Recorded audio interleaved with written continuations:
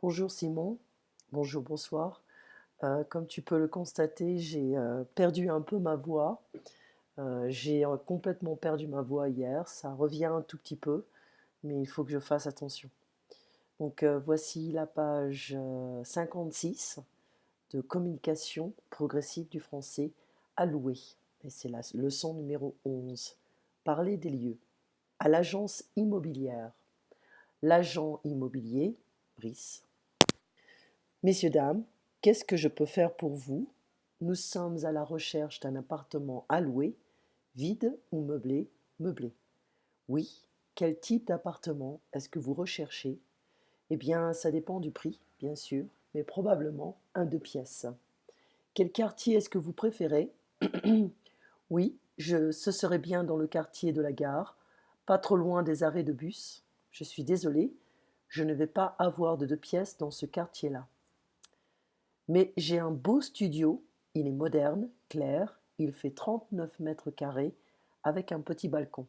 Est-ce qu'il donne sur la rue? Non, il donne sur une cour intérieure. C'est très calme. Vous désirez le visiter? Oui, pourquoi pas. Le loyer est de combien? 480 euros, charges comprises.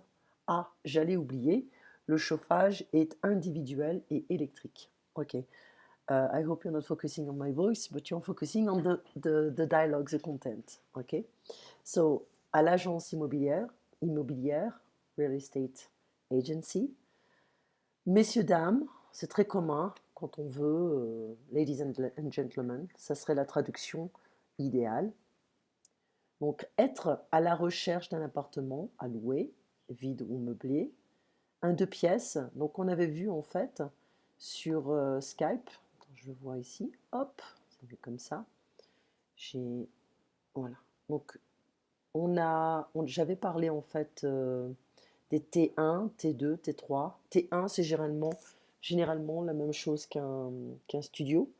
On a également les F1. C'est la même chose, hein, T1, type 1, F1, F2, F3, etc. Studio. Ensuite, on revient ici. Donc 39 mètres carrés, ce n'est pas très grand. Il y a un petit balcon et il donne sur une cour intérieure. Je pense que 39 mètres carrés pour 480 euros, c'est un peu cher. C'est très petit et c'est très cher.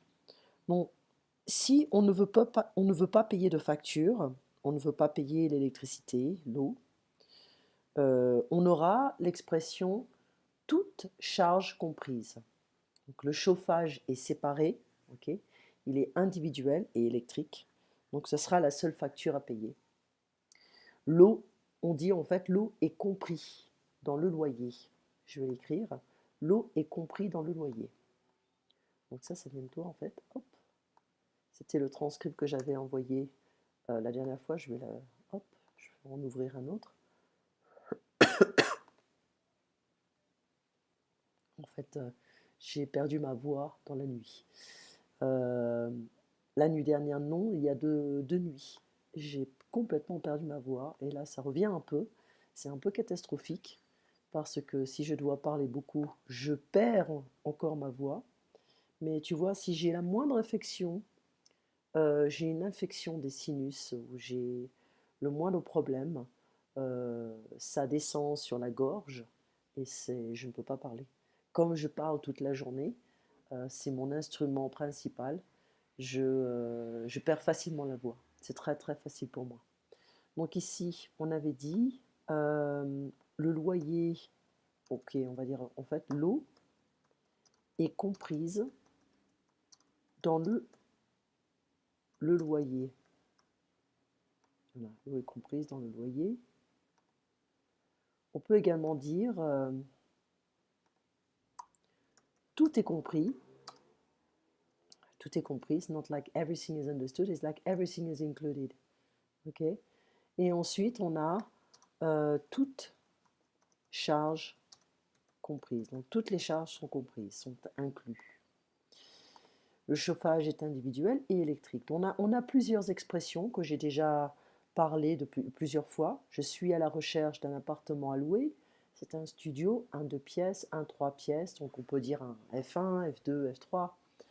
Il fait quelle surface? Le studio ou l'appartement? Il fait 50 mètres carrés. Il est bien situé. Il est petit, elle est petite. Donc si on parle d'un appartement ou d'une maison, petit, petite, grand, grande, clair, clair, c'est la même prononciation. Il y a des enfants qui jouent dans la rue. Sombre, calme, bruyant, bruyante, moderne, ancien, ancienne, vide, meublé. Ok. Donc l'appartement est vide, la maison est vide. On ne va pas changer ici. Il donne sur la cour, sur la rue. Il y a une terrasse, un petit balcon. La cuisine est équipée. L'appartement est en bon état ou refait à neuf. Il y a des travaux à faire. Pardon. Loyer de 500 euros, charges comprises. Le chauffage est individuel, collectif, électrique ou au gaz. Les charges représentent l'argent nécessaire pour payer le nettoyage de l'immeuble, l'électricité des parties communes, l'entretien des poubelles, etc. Moi, dans mon appartement, dans l'appartement que j'avais près de Toulouse, l'eau était inclue dans le loyer, mais c'était un loyer assez cher. Ensuite, on a le couple cherche un appartement sans meubles. Donc, qu'est-ce qu'ils nous disent ici? Meublé, donc c'est faux. Ils veulent un appartement meublé. Brice et Anaïs voudraient un appartement, un grand appartement. Non, en fait, je pense qu'ils veulent un 2 pièces, ce n'est pas très grand. Ils aimeraient habiter près des transports en commun, oui, c'est vrai. L'appartement que propose l'agent est petit, c'est vrai. L'appartement a vue sur la rue, non, c'est sur la cour intérieure. Et l'appartement n'est pas bruyant, c'est vrai, il est très calme. Donc votre agent immobilier, vous êtes agent immobilier, imaginez des réponses aux questions suivantes. L'appartement est vide ou meublé? L'appartement est meublé. Il fait quelle surface? On va dire il fait 60 mètres carrés. Est-ce qu'il donne sur la route? Non, il donne sur la cour. Il est situé dans quel quartier? Il est situé dans un quartier calme ou touristique, hein, on peut dire ce qu'on veut. Il a quel type de chauffage? C'est un chauffage électrique. Est-ce qu'il y a un balcon? En fait, il y a une terrasse, c'est un peu plus grand. L'appartement est moderne ou ancien? L'appartement est moderne, tout est refait à neuf. Il est en bon état? Oui, tout est refait à neuf. Et le loyer de combien? Il est de 1200 euros par mois. Donc ici, on a une annonce, hein, joli studio, clair, calme, en parfait état, loyer modéré. Et ici, on a bonjour madame, je voudrais quelques renseignements s'il vous plaît. Qu'est-ce qu'il y a à voir dans la région? Beaucoup de choses, monsieur. La Bretagne est une région très riche. Qu'est-ce qu'il y a d'intéressant pour les enfants? Vous pouvez visiter le grand aquarium qui est passionnant pour les enfants. Quels sont les horaires de visite? Je vais vous donner un dépliant, vous aurez tous les renseignements nécessaires. Je vous recommande aussi d'aller au Cap Fréhel. C'est magnifique et spectaculaire. Vous pourrez voir toutes sortes d'oiseaux et un panorama extraordinaire. Ma femme s'intéresse beaucoup à l'histoire. Est-ce qu'il y a des monuments historiques à visiter? Oui, ici, à Saint-Malo, vous pouvez faire la visite des remparts du XVIIe siècle, mais dans la région, le monument le plus connu, bien sûr, c'est le mont Saint-Michel. C'est très touristique, hein, mais ça vaut la peine. Il y a aussi la vieille ville de Dinan, qui est très belle. Qu'est-ce qu'on mange de bon dans la région? Well, if you don't know. Des crêpes, monsieur, des crêpes et des crêpes, c'est la grande spécialité de la Bretagne et les enfants adorent ça. Mais si vous préférez, vous pouvez aussi manger du poisson et des fruits de mer tout frais. Donc seafood, hein, fruits de mer. Comment le dire? Qu'est-ce qu'il y a d'intéressant à voir ou à visiter? Qu'est-ce qu'il y a comme musée, comme activité sportive, comme boîte de nuit? Est-ce qu'il y a des monuments historiques? Quels sont les monuments les plus connus? Quelles sont les spécialités de la région? Où est-ce qu'on peut manger un bon plat? Ça fait un peu mal à la gorge. Admirer un beau panorama ou visiter un château, aller danser. Donc ici, les remarques touristiques. La France constitue toujours la première destination touristique au monde. En 1999, elle a accueilli 71 millions de visiteurs étrangers. La population française est de 60 millions. Bon, ça change, hein, ça a certainement changé. On considère Paris comme une ville romantique, mais en fait, ça a changé après les attentats. Ensuite, une boîte de nuit, c'est un nightclub. On va en boîte ce soir, donc on va en boîte. It's like a box, literal translation, but it doesn't mean that. It's a nightclub. Il n'y a rien d'intéressant pour les enfants, c'est faux, il y a un aquarium. Il y a une belle vue au Cap Fréhel. Euh, Honnêtement, oui, un panorama extraordinaire. Le Mont Saint-Michel est un monument très connu, c'est vrai. Et les enfants aiment bien manger des crêpes, c'est vrai. Dites si les phrases concernent un logement ou une région. C'est un monument historique, donc c'est on va dire un logement. Qu'est-ce qu'il y a à voir dans la région?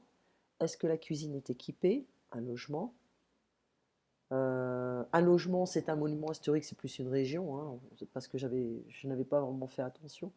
Un logement, donc un apartment, un house. Donc ici, on va dire région, région. Est-ce que la cuisine est équipée? Logement. Qu'est-ce qu'il y a d'intéressant pour les enfants? Une région. Le loyer de combien? Un logement. Est-ce que les charges sont comprises? Un logement. Où est-ce qu'on peut aller danser? Une région. Un touriste arrive dans votre région, répondez aux questions qu'il pose. Qu'est-ce qu'il y a à voir? Bon, moi, je suis de Lille.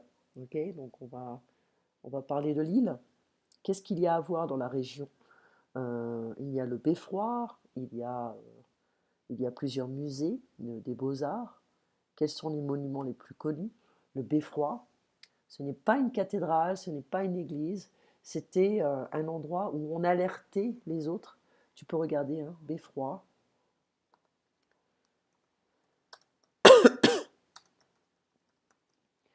C'était pour alerter la population en cas de danger. Euh, Est-ce qu'il y a quelque chose d'intéressant pour les enfants? Oui, des parcs d'attractions dans les parages. Qu'est-ce qu'on peut faire comme activité sportive? On peut nager, on peut courir, on peut faire de la randonnée. Est-ce qu'il y a aussi un musée intéressant à visiter? Oui, plusieurs. Quelles sont les spécialités de la région? La bière, la flamme-koche, les frites. Où est-ce qu'on peut aller pour passer une bonne soirée? En boîte. On peut passer une soirée au restaurant, dans certains bars, pub, bar. Est-ce qu'il y a une boîte de nuit? Est-ce qu'il y a une bonne boîte de nuit? Je ne sais pas, franchement, parce que moi, j'allais souvent à des concerts, je passais du temps dans les bars ou les restaurants, et puis j'étudiais aussi, donc je n'avais pas le temps d'aller dans les boîtes de nuit. Donc la prochaine fois, on va faire avec ou sans abonnement, d'accord? On va parler du téléphone. Et là, je reviens à la transcription. Là, je t'avais envoyé plusieurs fichiers.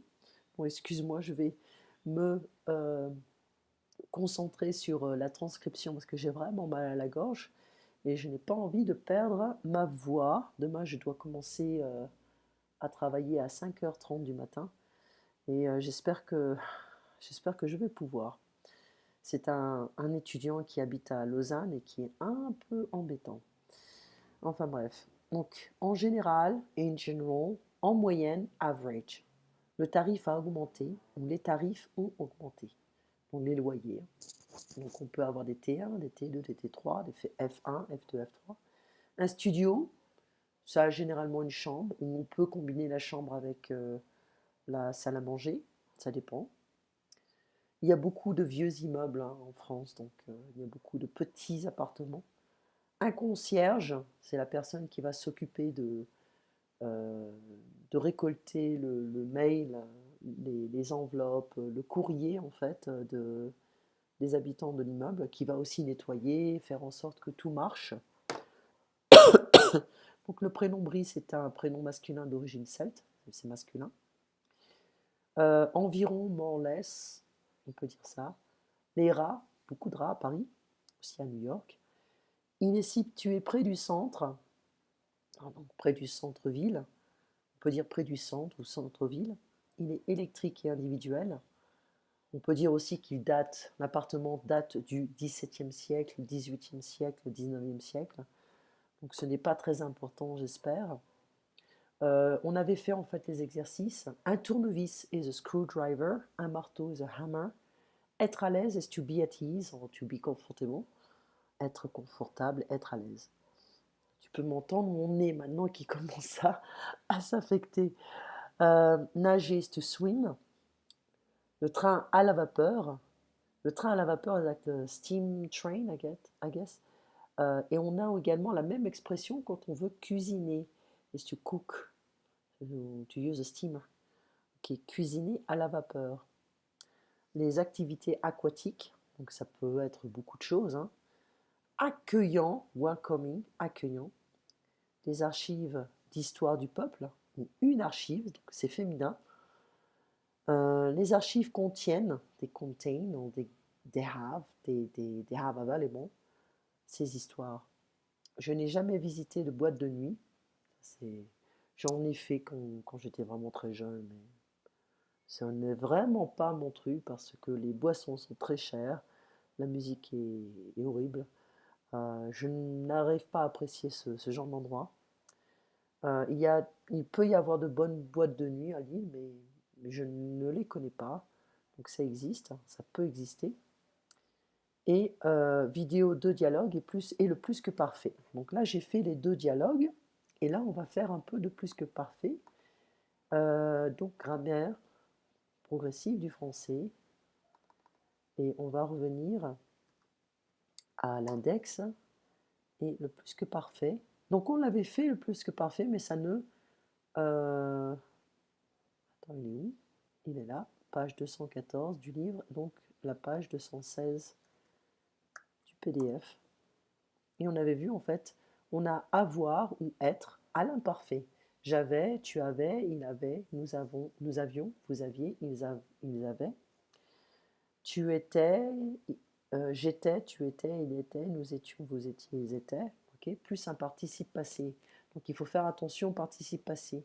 J'avais acheté, j'avais vécu. Et on a ici la formation. On a une action qui va être avant une autre action ou un événement qui va précéder un autre événement dans le passé. La maison a brûlé, les pompiers sont arrivés. Quand les pompiers sont arrivés, la maison avait déjà brûlé. Le train est parti, nous sommes arrivés à la gare. Comme nous sommes arrivés à la gare, le train était déjà parti. Donc être ou avoir à l'imparfait plus un participe passé. J'avais dîné, il était parti, nous avions fini, je m'étais couché. Donc ici, comment on peut différencier le plus que parfait de l'imparfait et du passé composé? Eh bien ici on a avant, ma mère, quand je me suis levée, ma mère avait préparé le café. Okay, donc elle l'avait fait avant. Quand je me suis levée, ma mère préparait le café, qu'elle le faisait. Quand je me suis levée, c'était en train de le faire pendant. Et quand je me suis levée, ma mère a préparé le café. Donc après, ici. On va faire un peu un exercice. Répondez aux questions selon le modèle. Quand votre mari est arrivé, vous aviez déjà dîné? Oui, quand il est arrivé, j'avais déjà dîné. Quand vous avez trouvé du travail, vous aviez déjà terminé vos études? Oui, quand j'ai trouvé du travail, j'avais déjà terminé mes études. J'avais déjà terminé. So already, déjà. Quand vous avez commencé le cours, vous aviez déjà rencontré le professeur? Oui, quand j'ai commencé le cours, j'avais déjà rencontré le professeur. Quand vous avez passé le test, vous aviez déjà étudié le français? Oui, quand j'ai passé le test, j'avais déjà étudié le français. Et quand le cours a commencé, euh, vous aviez déjà acheté vos livres? Quand le cours a commencé, oui, quand le cours a commencé, j'avais déjà acheté mes livres. Ok, donc c'est vraiment pas difficile. On n'a qu'une page d'exercice parce que c'est vraiment très très facile à utiliser. Et puis il va falloir qu'on revoie un peu les. euh, Ça on l'avait fait, être en train de, être sur le point de, venir de. Ça tu le connais déjà. On va revoir un peu le futur, on va revoir un peu certaines choses que l'on n'avait pas fait. On va faire également un peu le futur antérieur. Futur antérieur, c'est le futur, ok? Mais on indique qu'un événement précède un autre événement dans l'avenir. Donc on a un événement avant un autre événement dans l'avenir. D'accord? J'aurais dîné. Donc on a le même concept du passé composé, du plus que parfait. On a avoir ou être, mais au futur avec un participe passé. D'accord? Donc on en parlera. Fais-moi savoir si tu as des questions. Je vais voir un peu si je peux faire quelque chose avec l'autre vidéo. J'ai, euh, comme je disais, j'essaie de préserver ma voix. Je vais te dire combien d'enregistrements je dois faire. Voilà, là, j'en ai 1, 2, 3, 4, 5, 6, 7, 8, 9, 10, 11. J'ai 11 enregistrements à faire et je ne vais pas pouvoir tous les faire avant demain. Mais bon, ce n'est pas grave. Je suis humaine, je ne suis pas une application et je ne suis pas un robot. Mais bon, voilà. Certaines personnes me critiquent, mais je fais tellement de choses. Je fais beaucoup de consultations et beaucoup de coaching. Euh, et là, vraiment, je me suis poussée un petit peu trop. Tu passes un très bon dimanche. On se voit donc mardi à 8 heures. Et fais-moi savoir si tu veux revoir certaines choses ou si tu veux parler de certaines choses. D'accord? À très bientôt, Simon. À bientôt. Et bonne fin de dimanche. Bonne fin de journée, en fait, c'est mieux. Bonne fin de journée. Je n'arrive pas à parler normalement. Voilà. Très très bientôt.